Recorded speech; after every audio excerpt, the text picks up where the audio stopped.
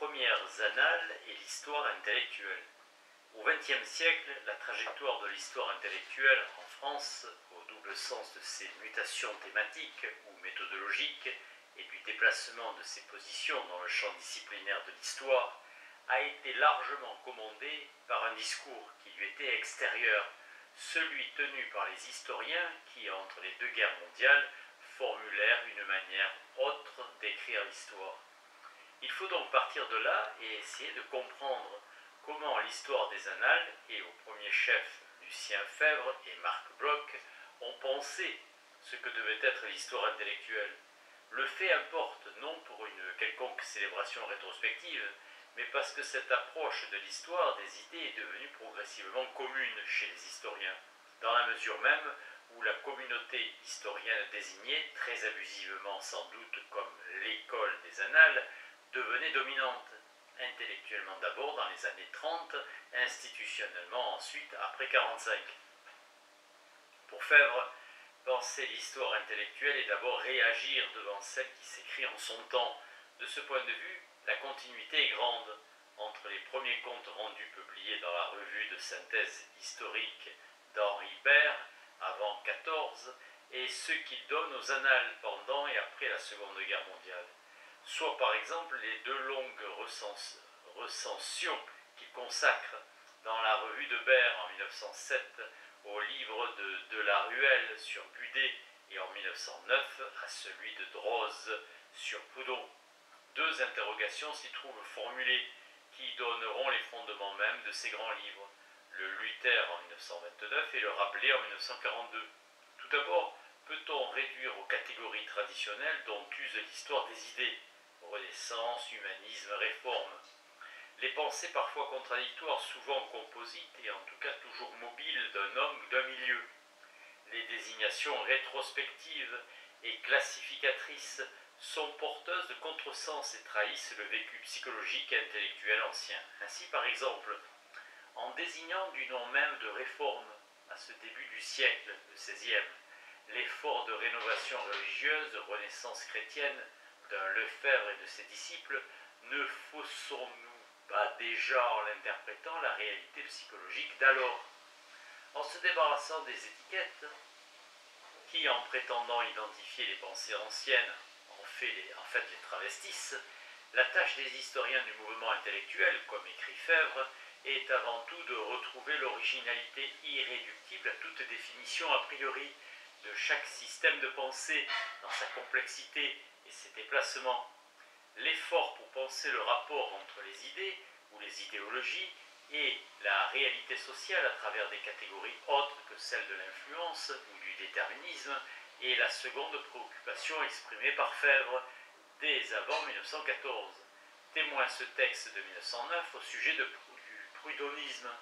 Il n'y a pas au sens propre de théorie créatrice, parce que dès qu'une idée, aussi fragmentaire soit-elle, a été réalisée dans le domaine des faits, et de manière aussi imparfaite qu'on voudra, ce n'est pas l'idée qui compte dès lors et qui agit, c'est l'institution située à sa place en son temps, s'incorporant à un réseau compliqué et mouvant de faits sociaux, produisant et subissant tour à tour 1000 actions diverses et 1000 réactions, même si les procédures d'incarnation des idées sont sans doute plus complexes que ne le laisse ici supposer Febvre. Il n'en reste pas moins qu'il affirme clairement sa volonté de rompre avec toute une tradition d'histoire intellectuelle, figure inversée d'un marxisme simplifié qui déduisait de quelques pensées volontaristes l'ensemble des processus de transformation sociale. Pour lui, en aucune manière le social ne saurait se dissoudre dans les idéologies qui visent à le modeler, établissant ainsi, dans ses textes de jeunesse, un double écart, d'une part entre les manières de penser anciennes et les notions, le plus souvent fort pauvres, avec lesquelles les historiens prétendaient les cataloguer, d'autre part entre ces pensées anciennes et le terrain social où elles s'inscrivent. Lucien Febvre indiquait la voie à suivre pour une analyse historique qui prendrait pour modèle les descriptions des faits de mentalité tels que les construisaient alors les sociologues durkheimien ou les ethnologues travaillant dans le sillage de Livy-Bruhl. 40 ans plus tard, le ton est devenu plus critique et plus mordant contre une histoire des idées que Febvre perçoit comme fichée dans ses abstractions. En 1938, il malmène ainsi les historiens de la philosophie. De tous les travailleurs qui retiennent précisément, précisés ou non par quelques épithètes, le qualificatif générique d'historien, il n'en est point qui ne le justifie à nos yeux par quelque côté.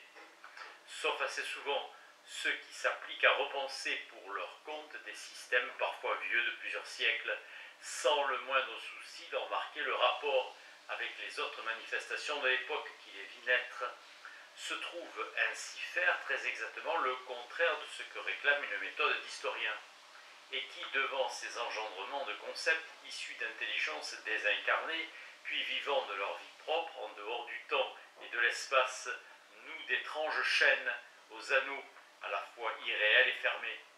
Contre l'histoire intellectuelle du temps, la critique est donc double, parce qu'elle isole les idées ou les systèmes de pensée des conditions qui ont autorisé leur production, parce qu'elle les sépare radicalement des formes de la vie sociale. Cette histoire désincarnée institue un univers d'abstraction, où la pensée paraît sans limite, puisque sans dépendance.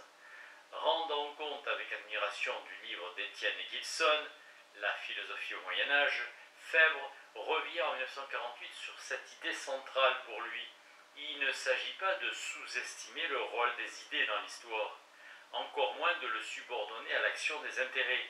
Il s'agit de montrer qu'une cathédrale gothique, les Halles d'Ypres, et une de ces grandes cathédrales d'idées comme celle qu'Étienne Gilson nous décrit dans son livre, ce sont les filles d'un même temps, des sœurs grandies dans un même foyer. Sans l'expliciter ni la théoriser, Febvre suggère ici une lecture qui postule pour une époque donnée l'existence de structures de pensée. Le mot n'est pas dans Febvre elle-même commandée par les évolutions socio-économiques qui organisent les constructions intellectuelles, comme les productions artistiques, les pratiques collectives, comme les pensées philosophiques. Architecture et scolastique, la lettre même de la remarque de Febvre invite à la rapprocher du livre tout à fait contemporain d'Erwin Panofsky, Gothic Architecture and Scholasticism, objet d'une série de conférences en 1948 et publiée en 1951. Tous deux, en effet, de manière parallèle et très vraisemblablement sans influence réciproque, tentent dans le même temps de se donner les moyens intellectuels permettant de penser cet esprit du temps, ce Zeitgeist qui, par exemple, fonde toute la démarche de Burckhardt, mais qui, pour Panofsky, comme pour Febvre, est bien plus que ce qui explique justement ce qu'il faut expliquer. Ce faisant, chacun dans sa manière, ils prennent leur distance vis-à-vis des notions que jusque-là sous-tendaient implicitement les travaux d'histoire intellectuelle, à savoir le postulat d'une relation consciente et transparente entre les intentions des producteurs intellectuels et leurs produits, l'assignation de la création intellectuelle ou esthétique à la seule inventivité individuelle, partant sa liberté, idée qui fonde le motif même si cher à une certaine histoire des idées, du précurseur. L'explication 3D, concordance repérée entre les différentes productions intellectuelles ou artistiques d'un temps, soit par le jeu des emprunts et des influences, autre maître mot de l'histoire intellectuelle, soit par le renvoi à un esprit du temps, ensemble composite de traits philosophiques, psychologiques et esthétiques. Penser autrement ces différentes relations entre l'œuvre et son créateur, entre l'œuvre et son temps, entre les différentes œuvres d'un même temps, exiger de forger des concepts neufs, chez Panofsky, ceux d'habitude mentale ou habitus et de force formatrice d'habitude, habit forming forces, chez Febvre, celui d'outillage mental. Dans les deux cas, grâce à ces notions nouvelles, une distance était prise vis-à-vis des procédures habituelles de l'histoire intellectuelle, et de ce fait son objet lui-même se trouvait déplacé. Dans son Rabelais, publié en 1942, Febvre ne définit pas l'outillage mental, mais le caractérise ainsi. À chaque civilisation, son outillage mental, bien plus, à chaque époque d'une même civilisation, à chaque progrès, soit des techniques, soit des sciences qui la caractérisent, un outillage renouvelé, un peu plus développé pour certains emplois, un peu moins pour d'autres, un outillage mental que cette civilisation que cette époque n'est point assurée de pouvoir transmettre intégralement aux civilisations, aux époques qui vont lui succéder. Il pourra connaître des mutilations, des retours en arrière, des déformations d'importance, ou des progrès au contraire, des enrichissements, des complications nouvelles. Il vaut pour la civilisation qu'il a su forger, il vaut pour l'époque qu'il utilise, il ne vaut pas pour l'éternité ni pour l'humanité, pas même pour le cours restreint d'une évolution interne de civilisation, ce qui était dire trois choses. D'abord, à la suite du Lévi-Brühl de la mentalité primitive de 1922, que les catégories de la pensée ne sont ni universelles ni réductibles à celles mises en œuvre par les hommes du XXe siècle. Ensuite, que les manières de penser dépendent avant tout des instruments matériels, des techniques ou conceptuels, des sciences qui les rendent possibles. Enfin, contre un évolutionnisme naïf qui n'est pas de progrès continu et nécessaire, défini comme un passage du simple au complexe dans la succession des différents outillages mentaux. Pour comprendre ce que désigne pour Fèvre la notion même d'outillage mental, deux textes peuvent être invoqués. D'une part, le tome 1er de l'Encyclopédie française, publié en 1937, sous le titre « L'outillage mental, pensée, langage, mathématiques ». D'autre part, le deuxième livre de la deuxième partie de Rabelais, ce qui définit dans ces pages l'outillage mental et l'état de la langue, dans son lexique et sa syntaxe, les outils de la langue et le langage scientifique disponible, et aussi ce support sensible de la pensée, qu'est le système des perceptions, dont l'économie variable commande la structure de l'affectivité. Si proches de nous en apparence, les contemporains de Rabelais en sont bien loin déjà par toute leur appartenance intellectuelle. Et leur structure même n'était pas la nôtre. C'est nous qui soulignons, à une époque donnée, le croisement de ces différents supports linguistiques, conceptuels, affectifs commande les façons de penser et de sentir. Ils découpent des configurations intellectuelles spécifiques, par exemple sur des limites entre la pensée et l'impossible, ou sur les frontières entre le naturel et le surnaturel. La tâche première de l'historien, comme de l'ethnologue, est donc de retrouver ces représentations dans leur irréductible spécificité, sans les recouvrir avec des catégories anachroniques, ni les mesurer à l'aune de l'outillage mental du XXe siècle, posé implicitement comme le résultat nécessaire d'un progrès continu.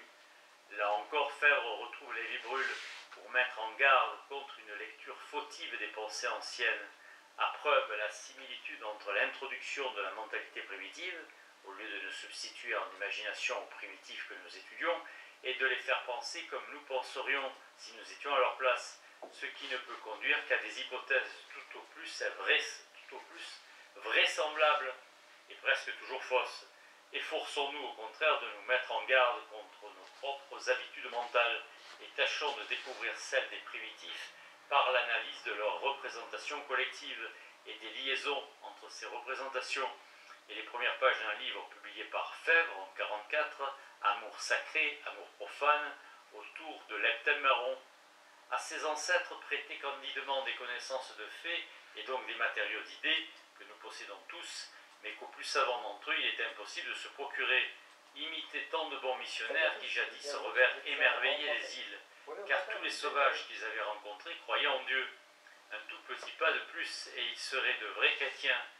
Dotés nous aussi, les contemporains du pape Léon, avec une générosité sans fond des conceptions de l'univers et de la vie que notre science nous a forgées et qui sont telles qu'aucun de leurs éléments ou presque n'habita donc l'esprit d'un homme de la Renaissance. On compte malheureusement les historiens, je dis les plus huppés, qui reculent devant une telle déformation du passé, une telle mutilation de la personne humaine dans son évolution. Et ceci sans doute faute de s'être posé la question que nous posons plus haut, la question de l'intelligibilité. En fait, un homme du XVIe siècle doit être intelligible non par rapport à nous, mais par rapport à ses contemporains.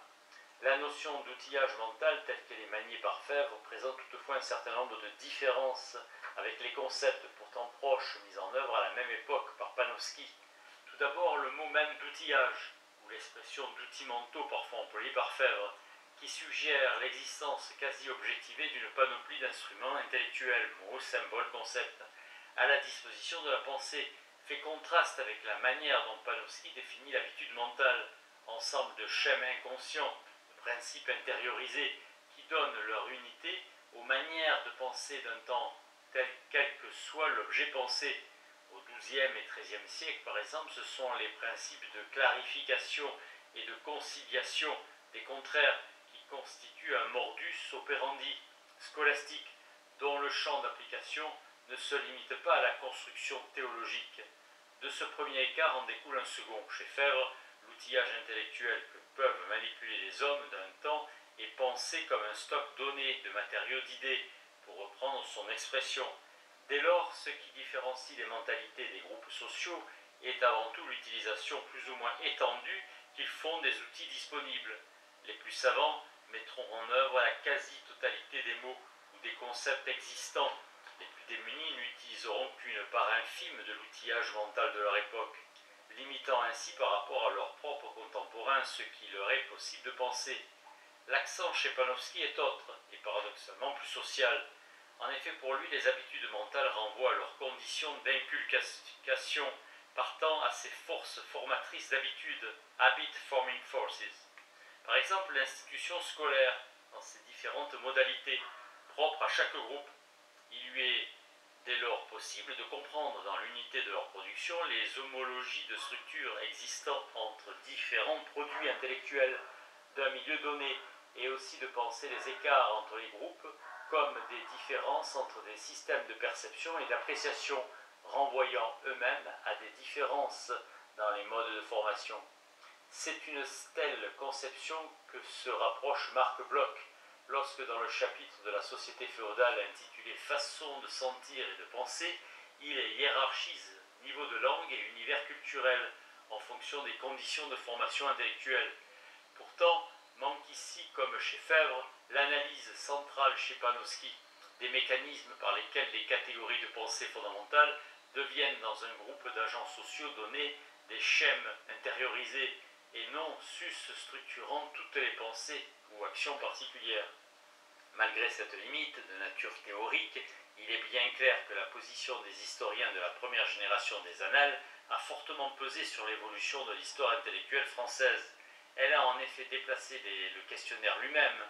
Ce qu'il importe de comprendre n'est plus les audaces du pensé, mais bien plus les limites du pensable. À une histoire intellectuelle des intelligences sans bride et des idées sans support est opposée une histoire des représentations collectives, des outillages et des catégories intellectuelles disponibles et partagées à une époque donnée. Chez Lucien Fèvre, c'est un tel projet qui fonde le primat accordé à l'étude biographique.